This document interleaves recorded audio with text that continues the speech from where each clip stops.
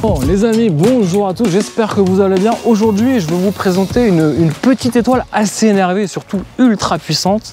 Il s'agit de la nouvelle Mercedes AMG GT 63 Formatic Plus coupé. Allez, regardez-moi ce petit bijou, voici les clés. Je vous propose de faire un essai complet. Allez, c'est parti.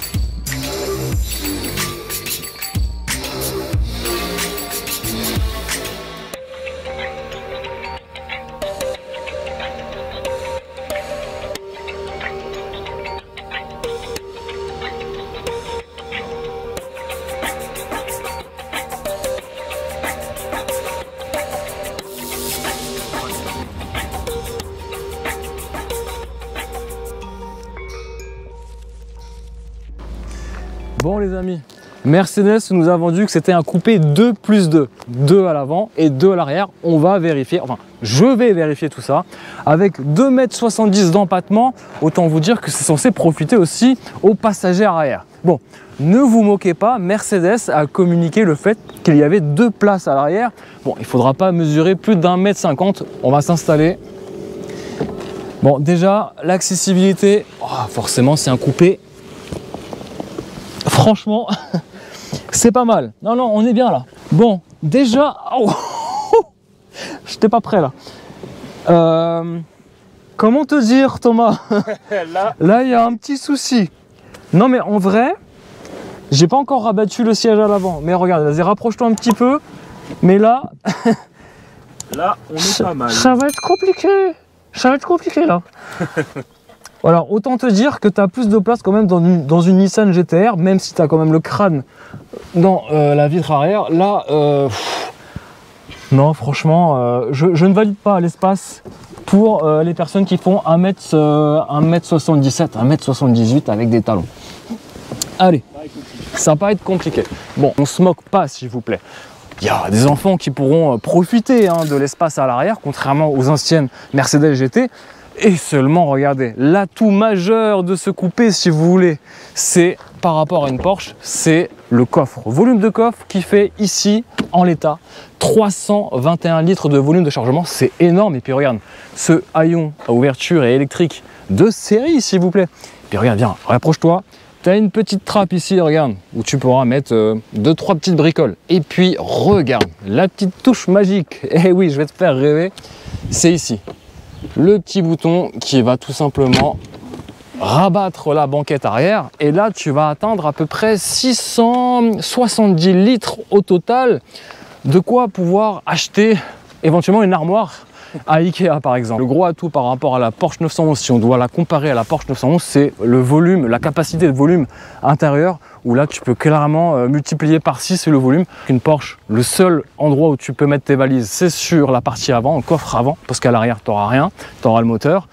Donc 135 litres pour une Porsche contre, allez, 320 jusqu'à 670 litres. Allez, on ferme tout ça et on va passer aux choses sérieuses. Allez, on se met au volant et je vous fais voir un petit peu mes réactions et surtout que vaut ce moteur 4 litres biturbo V8 qui a été retravaillé. Alors, il fait la même puissance que l'ancienne génération, même puissance, un peu plus de coupe. On a 800 Nm de coupe quand même, des 2500 tours minute. Donc, on va vérifier tout ça.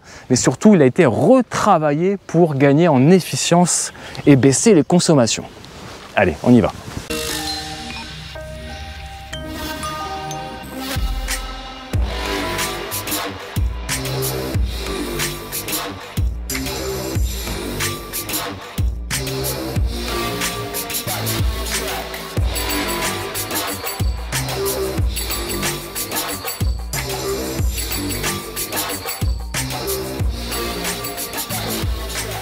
Allez, bienvenue sur la deuxième partie du tour extérieur du propriétaire. On va rentrer dans les détails sur cette silhouette, ce design fastback avec ce coupé vraiment qui vraiment caractérise cette version AMG GT quelque part, parce que il n'est pas sans rappeler qu'il y a eu effectivement auparavant la première SLS construite par AMG, puisque AMG a sorti de ses usines 5 modèles AMG, dont la SLS, Made in AMG. Il y a eu aussi donc l'AMG GT de première génération, il y a eu aussi la AMG GT-S, la AMG GT-R, et puis aussi la AMG GT 4 portes.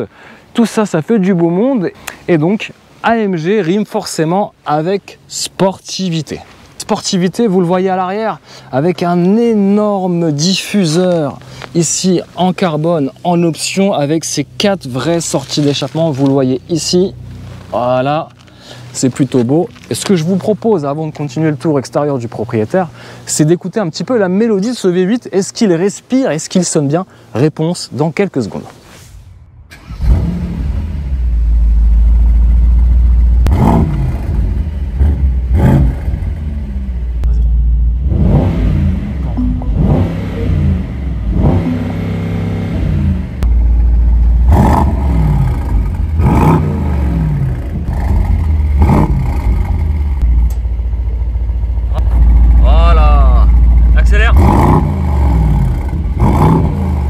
Bon alors, vous en pensez quoi de cette sonorité? Dites-le moi en bas dans les commentaires. Allez, on continue le tour extérieur. Et sur cet arrière, 3 quarts arrière, il y a de fortes ressemblances avec sa concurrente directe, la Porsche 911, avec des courbes et surtout des hanches et des ailes élargies, bodybuildées. Il faut dire qu'elle a pris plus 9 cm en largeur, plus 18 cm en longueur et à peu près quelques centimètres supplémentaires sur la hauteur, ce qui procure un imposant gabarit sur nos routes. La largeur de cette GT est de, accrochez-vous bien, 1,98 m et 2,10 m avec les rétros. Et admirez cet énorme calandre qui s'inspire des anciennes AMG GT-R Black Series. Vous voyez, avec cette longue calandre Panamérica. Et ici, cette partie-là en carbone. Bon les amis, quand je vous dis que la Mercedes AMG GT ressemble à une Porsche, regardez, l'exemple est flagrant. Porsche 911 992 et dernière AMG GT, laquelle vous préférez, Mercedes ou Porsche? À vous de choisir. A noter que ce beau bijou sportif opte pour des disques en acier de 390 mm de diamètre à l'avant et 370 mm à l'arrière. Frein à 6 pistons pour freiner la masse de 1970 kg, ça commence à faire. Cette AMG GT fait le plein en aéro avec une lame sous châssis qui peut se déployer en fonction de la vitesse et va créer un effet de ventouse au sol. L'aileron arrière se déploie sur 5 positions pour une meilleure efficacité, tandis qu'à l'avant, un système de latte planqué derrière la calandre permet de guider les flux d'air. En option, tu pourras avoir 2100 € le lift. L'essieu avant peut se soulever pour faciliter par exemple l'accès à ton garage ou franchir un dos d'âne, mais honnêtement il n'y en a pas vraiment besoin. Enfin, ce qui nous intéresse le plus, c'est le bloc moteur V8 AMG de 585 chevaux assemblé par notre cher et tendre Lucas. Coucou à toi si tu regardes la vidéo, on va justement vérifier si ce moteur est au rendez-vous. Allez, on y va.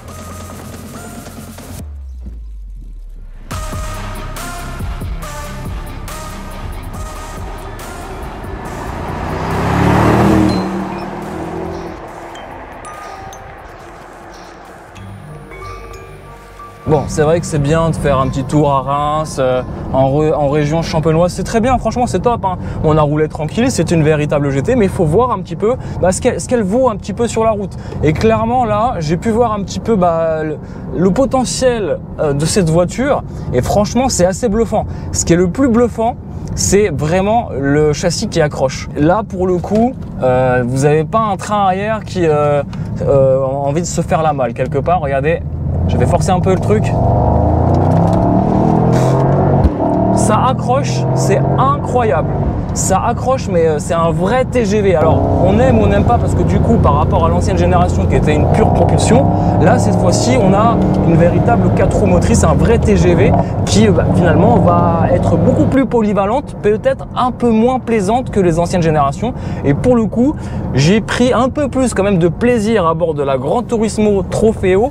Parce que voilà, il y avait un petit feeling, j'ai même pu avoir le petit train arrière qui dérapait. Là, franchement, j'ai beau forcer, il faut vraiment se mettre en mode track et désactiver toutes les aides à la conduite pour vraiment voilà, maîtriser la bête. Mais on sent qu'elle est bourrée de technologie, donc plutôt une bonne chose hein, si vous voulez vraiment la rouler au quotidien. En revanche, si vous voulez vous faire plaisir et vraiment titiller les limites de cette voiture, vous allez vite les atteindre et peut-être un peu moins de plaisir que l'ancienne génération. Allez, on se met en mode sport, route fermée bien sûr, vous le voyez par vous-même, route privatisée, allez on va y aller.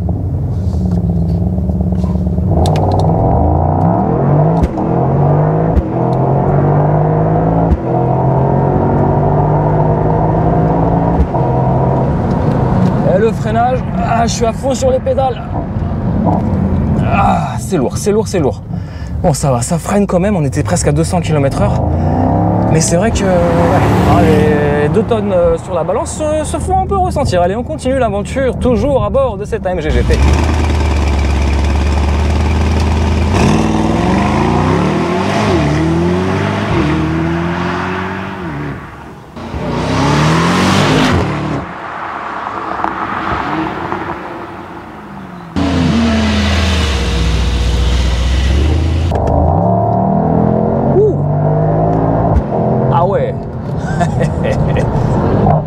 Oh là là, allez, retour de pétarade là.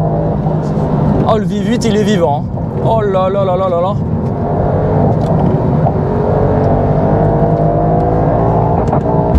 Wow. Je vous jure que c'est assez impressionnant. Un vrai petit délice ce V8 biturbo. Je vous rappelle, 4 litres, 585 chevaux sur les 4 roues puisque c'est une transmission intégrale et 800 Nm de couple. Autant vous dire que dès les plus bas rapports, ça pousse. Et ça pousse dès 2500 tours minute, on a déjà le couple présent et ça c'est vraiment intéressant et vraiment bluffant.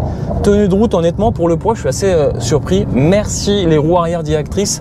Alors, il va y avoir un effet positif sur les roues arrière directrices. C'est effectivement un châssis vraiment agile. On les sent pas, hein, les 8970 kg, grâce aux roues arrière directrices. Malheureusement, il y a un petit côté négatif quand même sur cette direction assistée. C'est bien entendu le feeling qui est beaucoup moins palpitant quelque part. Ah ouais, quand même. Donc ouais, roue arrière directrice, c'est plutôt pas mal parce que à basse vitesse, l'angle des roues arrière va permettre de gérer le rayon de braquage un peu plus simplement, et à haute vitesse, au-delà de 100 km/h.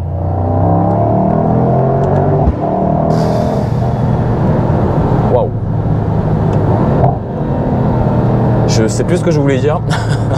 Oui, au-delà de 100 km/h, les roues arrière directrices vont aider à l'agilité, à la stabilité du châssis. En plus de ça, vous avez tout un arsenal technologique avec la transmission intégrale intelligente qui permettra de gérer le couple sur les 4 coins de la voiture, ce qui permettra d'avoir une motricité vraiment excellente. Et puis, vous avez aussi un mode drift pour tous ceux qui veulent vraiment s'amuser avec cette AMG GT.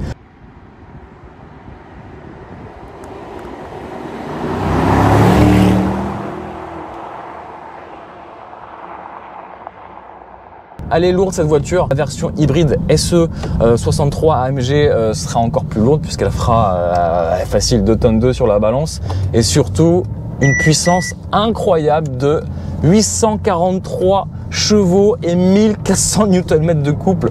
Ça c'est complètement déraisonnable. Et puis pour tous ceux qui voudront une voiture, on va dire, plus modeste, vous aurez à voir la AMG GT 43 qui optera pour un moteur 4 cylindres 2 litres.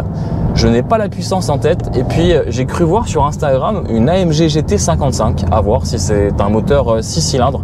0 à 100 effectué en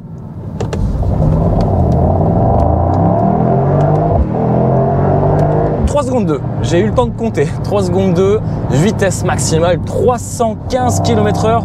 C'est une véritable fusée étoilée. Et autant vous dire qu'on prend vraiment son pied à bord, tenue de route, efficace. Ah, les freins, pour le moment, j'ai pas ressenti une perte d'endurance. Après, je pense que sur circuit, au bout de 2-3 tours de circuit, vous allez ressentir les freins à acier qui vont surchauffer. Heureusement, on a quand même des gros étriers de 6 pistons à l'avant et surtout une masse conséquente. Et le poids, ça joue beaucoup lorsque vous voulez faire du circuit, donc forcément les consommables vont souffrir entre les étriers, les disques et les pneus. En plus, c'est des pneus de dernière génération de chez Michelin. Pilot Sport 5S, donc une gomme très spécifique, très tendre pour ce type de véhicule très lourd. Bon, c'est quand même sympa les voitures thermiques. Sans hybridation, mais biturbo. Bon, quand même, ils sont malins chez Mercedes. Et qu'est-ce qu'ils ont fait pour augmenter, si vous voulez, l'apport de plaisir et l'apport de sonorité, puisque effectivement, hein, ce moteur, malgré ce V8 biturbo, 4 litres, 585 chevaux, hein, tout ça.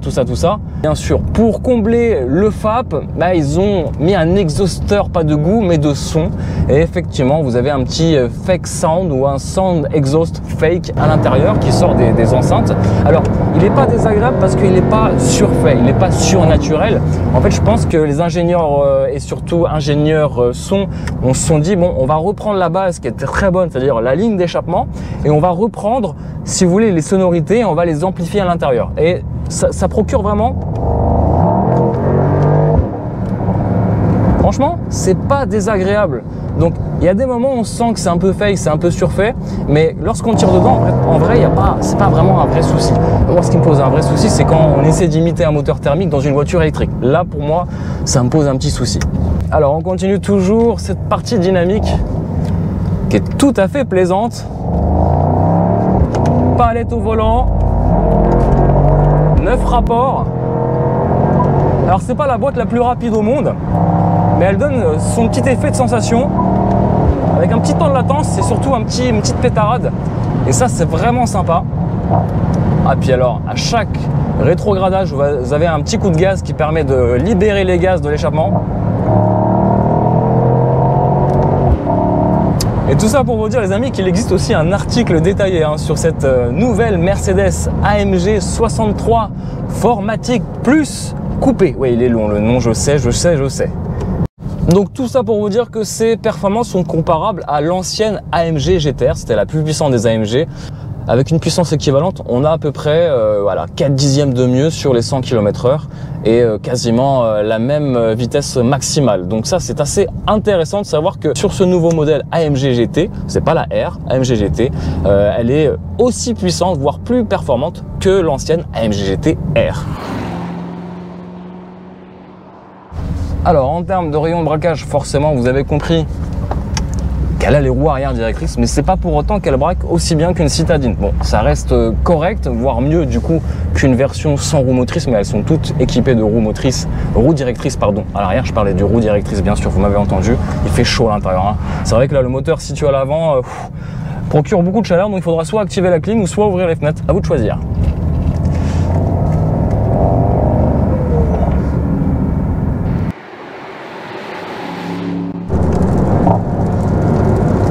Les amis, autant vous dire, là, je peux vous garantir que cette AMG GT, elle est vraiment polyvalente. Il pleut comme, on dirait, vache qui pisse, oui.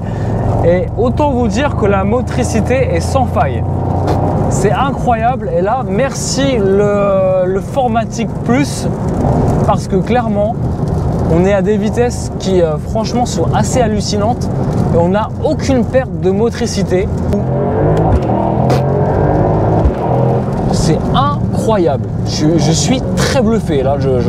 Autant vous dire qu'on est plus du tout sur les anciennes générations AMG. Regardez.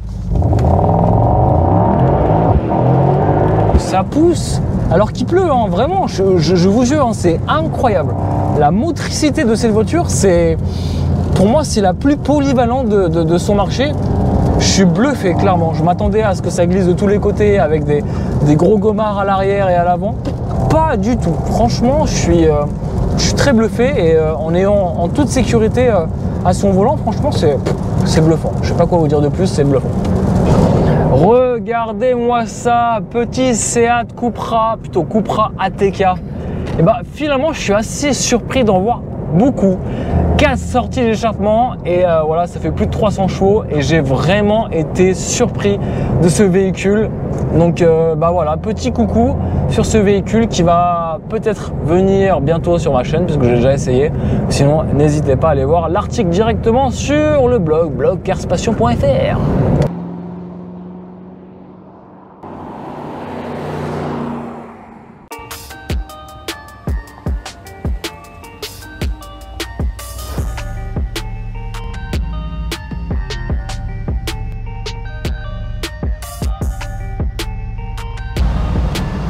Alors au péage, comment ça se passe?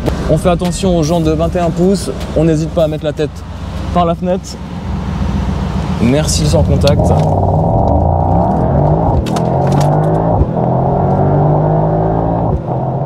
Alors, que vaut-elle au quotidien? Bah regardez, déjà j'ai fait un peu de ville, j'ai fait à peu près 9 km en ville et j'ai fait à peu près 19 litres au 100, donc ça c'est vraiment, voilà, il n'y a pas de miracle, il n'y a pas de mystère. Hein, les arrêts et démarrage intempestifs, heureusement on a entre guillemets le stop and start. Alors je sais pas si c'est une bonne chose sur un gros moteur V8 où il fait que de s'arrêter et de démarrer.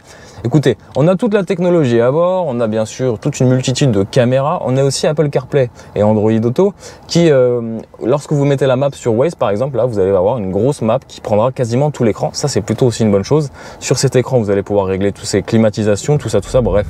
Et vous avez la possibilité de désactiver ou pas les clapets, l'échappement pour un peu plus de tranquillité à bord, comme une GT. Auvilliers, donc le fief de Dom Pérignon, le moine Dom Pérignon qui a vraiment inventé la recette magique du champagne pour séduire le monde entier. Et regardez-moi ça, Porsche GT3, alors c'est pas forcément la concurrente directe, mais regardez, vous avez la Porsche Turbo S, plaque suisse, là ici cabriolet, voilà. On va dire, hein, on va pas se mentir, la concurrente directe de cette AMG GT. Allez, on continue l'aventure, toujours dans les vignes et sur les très belles routes de Champagne. Et vive les roues arrière directrices qui permettent d'augmenter le rayon de braquage, ou plutôt de diminuer le rayon de braquage, pardon. Allez, on continue l'aventure, toujours dans cette AMG GT.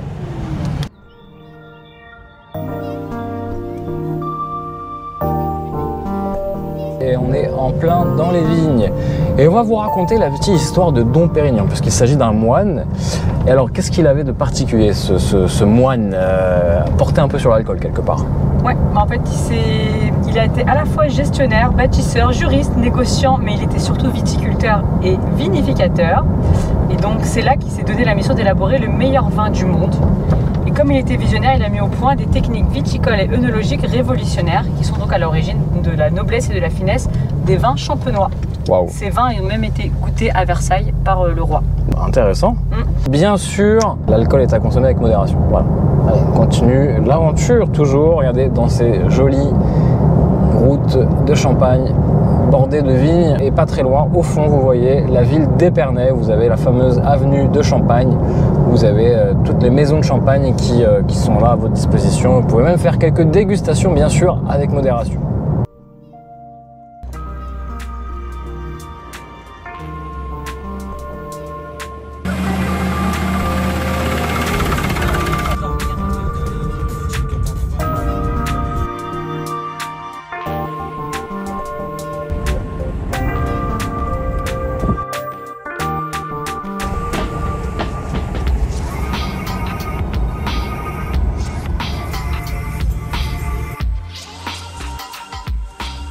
Et comme c'est une voiture moderne, vous avez aussi l'alerte de survitesse, ici désactivable facilement, du bout des doigts, désactivable.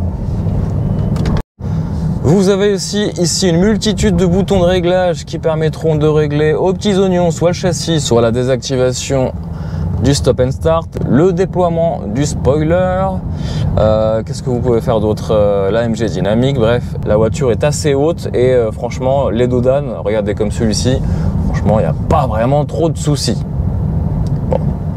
Et le châssis reste entre guillemets confort, moins confort en tout cas, ah ouais non ça tape un peu quand même, enfin ça tape, les suspensions sont raides, c'est ça que je voulais dire, c'est quand même beaucoup moins confort qu'une Maserati Gran Turismo Trofeo, et oui. Bon, le problème quand on s'amuse à faire des accélérations et que bien sûr on n'a pas arrangé son bordel, bah regardez ce qui se passe, tout est à l'arrière, carte bancaire, lunettes, portable, tout ce que vous voulez, c'est à l'arrière. C'est pratique, au moins ça sert à ça d'avoir un coupé sportif de +2, au moins dès que vous accélérez, bah, tout est stocké à l'arrière. Voilà, allez on continue l'aventure. Ça y est, on vient de faire le plein, 125 €, 63 litres, il nous restait à peu près 7 litres de réserve. Alors, vas-y, démarre pour voir. Voilà, 497 km d'autonomie. Bon, voilà, c'est la preuve qu'on peut presque dépasser les 500 km d'autonomie.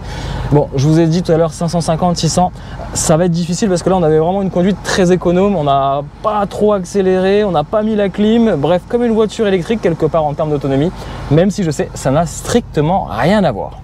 Allez, on continue l'aventure toujours à bord de cette AMG GT sur les routes, ces très belles routes de Champagne, et on a de la chance, il fait beau. J'arrête avec mes points autonomie, consommation, mais un dernier. Il me reste 422 km et j'ai fait à peu près 200 km, vous faites le calcul, ça fait plus de 620 km d'autonomie en roulant tranquille. C'est la promesse de cette Mercedes AMG GT de moins consommer que l'ancienne génération et ça c'est plutôt une bonne nouvelle. Bien arrivé sur Paris et grosse surprise, regardez, alors d'une déjà ça bouge pas, périph' fluide et surtout regardez les consommations. 12,6 litres au 100 sur à peu près 200 km et si je vous fais voir un petit peu depuis que je l'ai, 16 litres au 100 sur 1260 km, franchement c'est vraiment pas mal du tout. Donc très bonne nouvelle, finalement il y a eu du bon de retravailler ce moteur V8 biturbo parce que finalement au quotidien, j'ai envie de vous dire, entre guillemets, il consomme très peu. Alors ça reste quand même des consommations élevées, mais pour un moteur qui fait 585 chevaux, biturbo, autant vous dire que là franchement c'est pas mal. Et effectivement, quand vous avez le pied léger sur l'accélérateur ça marche, quand vous avez le pied lourd sur l'accélérateur, bien sûr on s'approche, on va dire dangereusement des 20 litres au 100.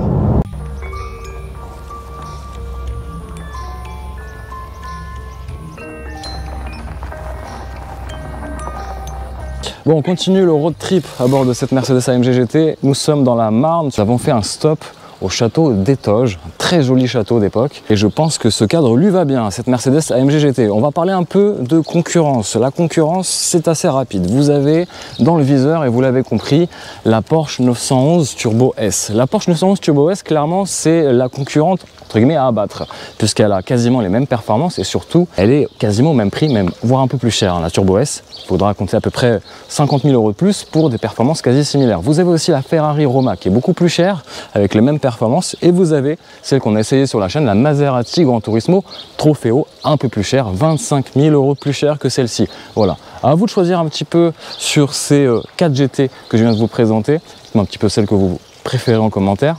On va revenir sur la Porsche parce que beaucoup trouvent qu'elle a des airs de Porsche, surtout sur la partie arrière, et effectivement elle s'inspire de la Porsche. Sauf que hier, à cet emplacement précis, il y avait aussi une Porsche 911 992. Et autant vous dire qu'en termes de dimension, on n'était pas tout à fait sur les mêmes dimensions. Puisque je vous rappelle que cette AMG GT a grossi 20 cm de plus et à peu près 9 cm de plus en hauteur. Autant vous dire que quand vous la comparez à la Porsche 911 Turbo S, ça n'a strictement rien à voir. On a 20 cm de plus sur cette AMG GT et 9 cm de plus sur la largeur. Donc autant vous dire que en termes de gabarit, forcément ça profite à l'habitabilité pour cette AMG GT. Allez, ce que je vous propose, c'est de faire le tour intérieur de cette jolie AMG GT.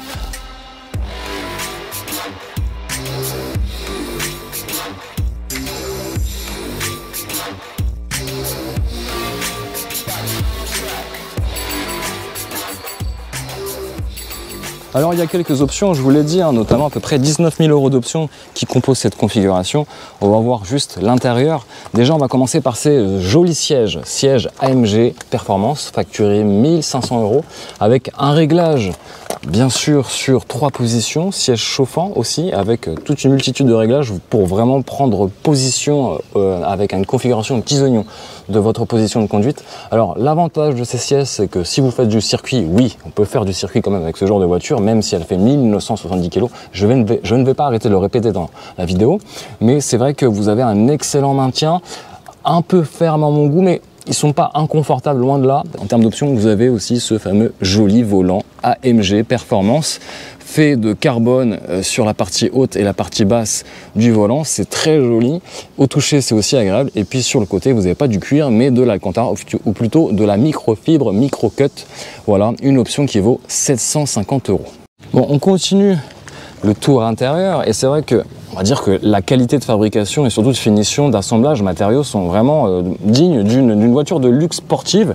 On a aussi ces accoudoirs de portière en carbone, hein, ça fait partie du pack d'inserts de carbone à l'intérieur qui vaut à peu près 2 800 €. Vous allez avoir quelques inserts de carbone qui donnent cette petite touche de sportivité. Pareil ici, la contreporte est faite en microfibre, plutôt en Alcantara, avec surpiqûre rouge, ça c'est plutôt aussi pas mal. Et puis surtout, le système audio Burmester est vraiment de qualité pour ce genre de voiture de GT. Si vous vous mettez en mode confort, vous pouvez vraiment profiter de la très belle sono intérieure. Et pour profiter de la sono et de nombreux équipements, dont ce toit panoramique qui n'est pas ouvrant mais juste panoramique, vous allez cocher l'option PAC. Premium Plus AMG, le pack qui vaut 10 000 €, mais vous allez avoir tout. C'est le fameux pack fourre-tout.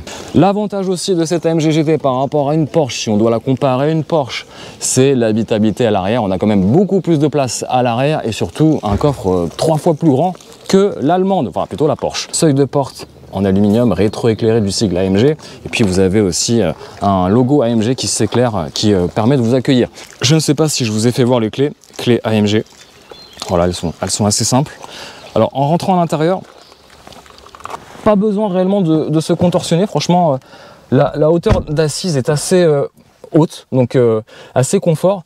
Et on est sur un habitacle qui ressemble forcément étrangement à la Mercedes SL, forcément, même châssis et surtout même intérieur, où vous pouvez le voir, si je démarre un tout petit peu, voilà, vous avez B8 qui se réveille. Ravi de vous revoir, invité. Voilà. Mercedes MB-UX qui vous accueille toujours. Et puis, bon, je vais éteindre parce que ça se fait pas trop, mais c'était pour remettre le volant correctement. Là, vous avez, voilà, un cockpit avec un tableau de bord qui reprend la même chose que la SL, parce que je vous rappelle que la SL est la version cabriolet, et si vous voulez la version coupée, ça sera l'AMG GT coupée, donc celle-ci. Donc un intérieur qui change pas vraiment, pas de grande surprise. Ici vous avez un grand écran de à peu près 12 pouces qui ne pourra pas s'incliner comme sur la SL, puisque là il n'y a pas de raison de l'incliner, puisqu'il n'y a pas de reflet normalement, puisque d'un simple mouvement du bras vous pouvez fermer le rideau ou l'ouvrir facilement, ça c'est vraiment pratique. Et puis voilà, vous avez ces inserts en carbone qui vraiment sont imposants et puis qui permettent de donner ce côté sportif. Moi j'adore personnellement ce volant, un volant sur lequel vous allez pouvoir avoir des boutons de réglage personnalisables. Donc vous allez pouvoir régler l'ouverture des clapets. Vous allez aussi pouvoir régler, je crois, la petite lame en dessous là qui fait l'effet Venturi, vous savez, l'effet aspiration. Ça c'est vraiment peut-être pour quand vous faites de la grande vitesse ou du circuit. Et franchement, on est sur un intérieur vraiment de qualité. Le volant à 5 branches, vous le voyez, ou à double branche, vous le voyez, c'est habituel chez Mercedes. Mais voilà, ils ont travaillé ce côté raffiné sportif avec cette touche de carbone. Moi j'aurais mis un petit liseré rouge là pour le côté sportif. La casquette aussi avec cette partie creusée spécifique à la version SL et à la version coupée. Et puis vous avez ces jolis bus d'aération en forme de turbine d'avion, ça c'est très joli. Et surtout l'éclairage d'ambiance a été aussi travaillé à l'intérieur. C'est le côté techno qu'on aime ou on n'aime pas, mais en tout cas je trouve que ça lui va à ravir. Et puis regardez-moi ces sièges, hein, autant vous dire qu'on est bien maintenu. Et madame, pour vous dire, madame qui est assise sur le transat là, juste là, qui m'attend patiemment, elle était installée confortablement à bord de ces sièges. Donc autant vous dire que sur la partie centrale c'est l'Alcantara microfibre, pardon, donc ça évitera de transpirer.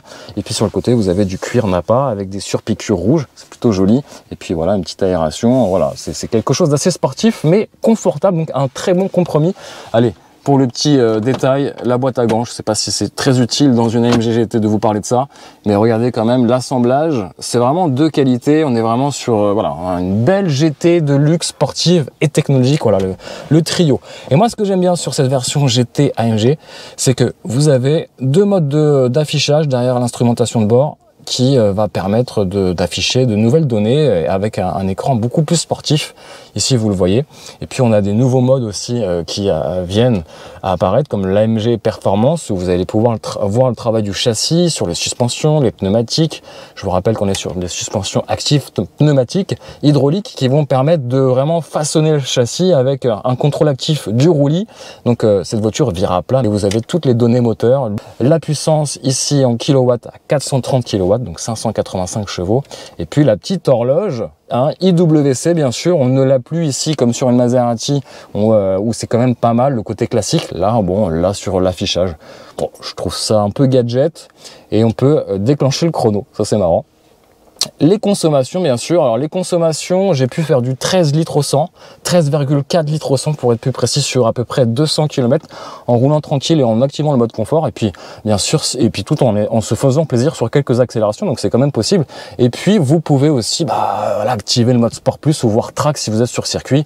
Et là les consommations s'envolent à plus de 20-25 litres. Mais je trouve que Mercedes a fait un vrai effort sur on va dire les consommations et l'efficience, et je trouve que c'est facile de tomber sous la barre des 14 litres 100. 14 litres 100, c'est ce qu'ils annoncent en norme WLTP. Et honnêtement, ce qui veut dire qu'on peut faire vraiment des voyages à plus de 500 voire 600 km avec un plein de 70 litres. Donc c'est plutôt entre guillemets raisonnable pour une voiture hyper sportive.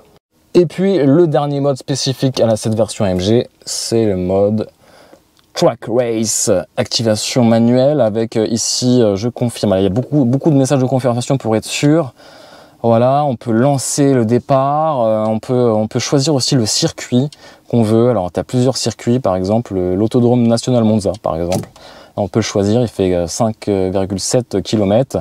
Non, il y a pas mal de choses. Hein. Il y a l'AMG Speedway, 4 km 30. Donc, il y a pas mal de circuits. On peut enregistrer aussi ces circuits. Donc, ça, c'est vraiment si vous voulez faire du circuit avec cette voiture. Je ne vous recommande pas forcément de faire du circuit avec puisque c'est une voiture assez lourde, plutôt une esprit GT ultra sportive, mais lourde, donc en termes de consommables, étriers, freins et pneus, vous allez peut-être plus consommer qu'une Porsche. Je dis ça, je dis rien. J'ai oublié de vous dire, mais c'est vrai que vous avez plusieurs modes de conduite, le mode confort, le mode sport, le mode Sport Plus, là vous allez pouvoir agir sur plein de choses, le mode Track Race, où là vous allez avoir un moteur avec une cartographie spécifique. Donc tout ça fait que vous pouvez vraiment concocter aux petits oignons le roulage quotidien ou sur circuit de cette AMG GT, et ce qui en fait une de ses forces principales avec toute la technologie embarquée. Bien sûr, j'ai oublié de vous parler des options, je vais vous parler quand même des options, il fait chaud. Hein. Et autant vous dire qu'avec un moteur V8 qui respire dans l'habitacle, soit vous activez la clim ou soit vous baissez les vitres. Alors, en termes d'options supplémentaires, donc je vous ai parlé du pack Premium Plus à 10 000 €, donc ce qui permet d'avoir tout ça, toute cette technologie embarquée en plus, et surtout le pack d'assistance à la conduite de 1 900 €, ça permettra de voyager avec, vous allez avoir le régulateur adaptatif, vous avez aussi un super affichage tête haute avec le compte tour qui s'affiche sous les yeux jusqu'à 8000 tours minute, donc c'est vraiment pas mal parce que du coup vous avez des aides à la conduite, vous avez pas mal d'écrans, mais vous ne quittez pas le regard de la route avec ces aides à la conduite, et ça permet du coup de rouler confort, tranquillement, donc une vraie bonne GT très polyvalente avec toujours cette petite dose, cette grosse dose de plaisir à condition d'être assez raisonnable sur route parce qu'on peut vite dépasser les limitations de vitesse. Donc si vous voulez dépasser les limitations de vitesse, allez sur circuit. Et c'est possible avec cette GT.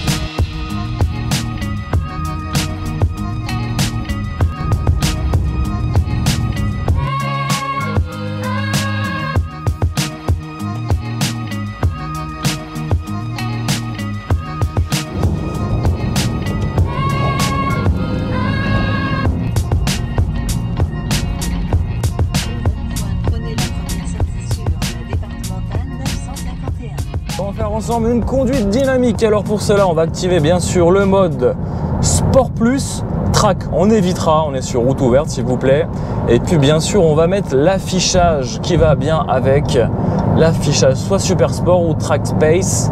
Ah, je me suis raté, le bouton tactile c'est pas toujours ça, hop voilà.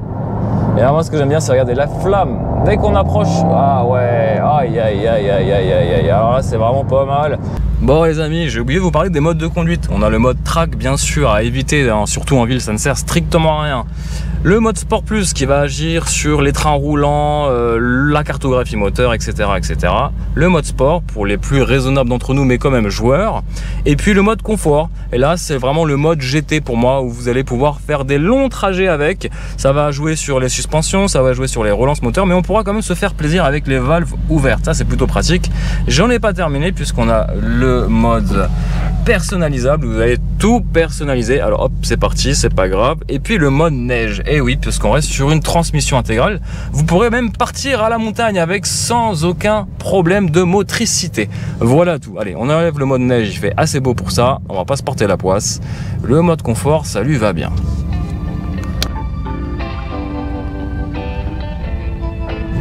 Qu'est-ce qui fait chaud à l'intérieur? Qu'est-ce qui fait chaud? Bon. Alors, on parle de la direction un petit peu rapidement. Bon, la direction, écoutez, une direction assez consistante, beaucoup plus consistante que, par exemple, la Maserati Gran Turismo. On est sur une équivalence d'une Porsche 911 Turbo avec une consistance même en mode confort. Je veux mettre en mode confort. Vous allez voir que si ça change un peu la consistance de la direction, mais sans ça, voilà. Donc une direction qui est pas ultra légère comme on pourrait l'attendre en mode confort, mais c'est pas du tout gênant. Au contraire, ça permet d'être assuré de garder le cap. Oh, belle petite Mini avec une couleur bien sympathique. Bon voilà, à ce petit jeu en se mettant en Sport Plus et en voulant titiller ce mode sportif, on arrive facilement à 26,5 litres au 100. Forcément, j'ai envie de vous dire, il n'y a pas de raison que ça soit en dessous. Et à ce petit jeu en ville, le mode Sport Plus c'est pas forcément bon parce que les suspensions sont ultra raides, donc on va se mettre vite en mode confort et de profiter du confort et de la polyvalence de cette GT.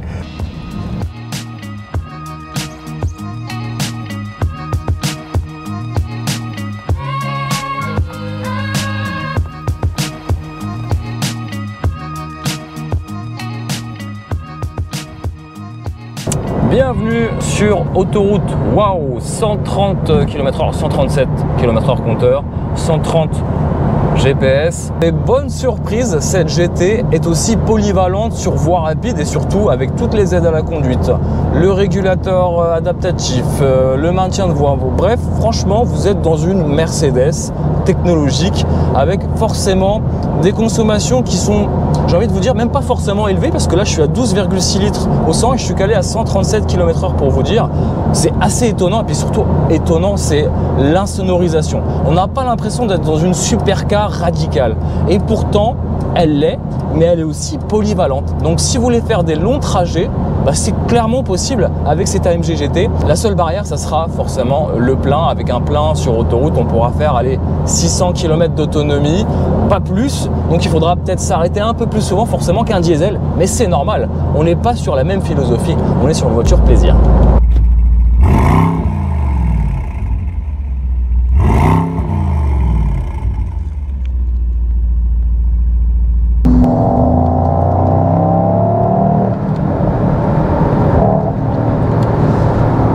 Voilà les amis, j'espère que cet essai de cette dernière génération d'AMG GT Coupé 63 Formatic Plus, bref je crois que je ne l'ai pas dit dans le bon sens, vous a plu. Si c'est le cas, bien sûr, le petit pouce vers le ciel et surtout n'hésite pas à t'abonner à la chaîne Vlog Cars Passion.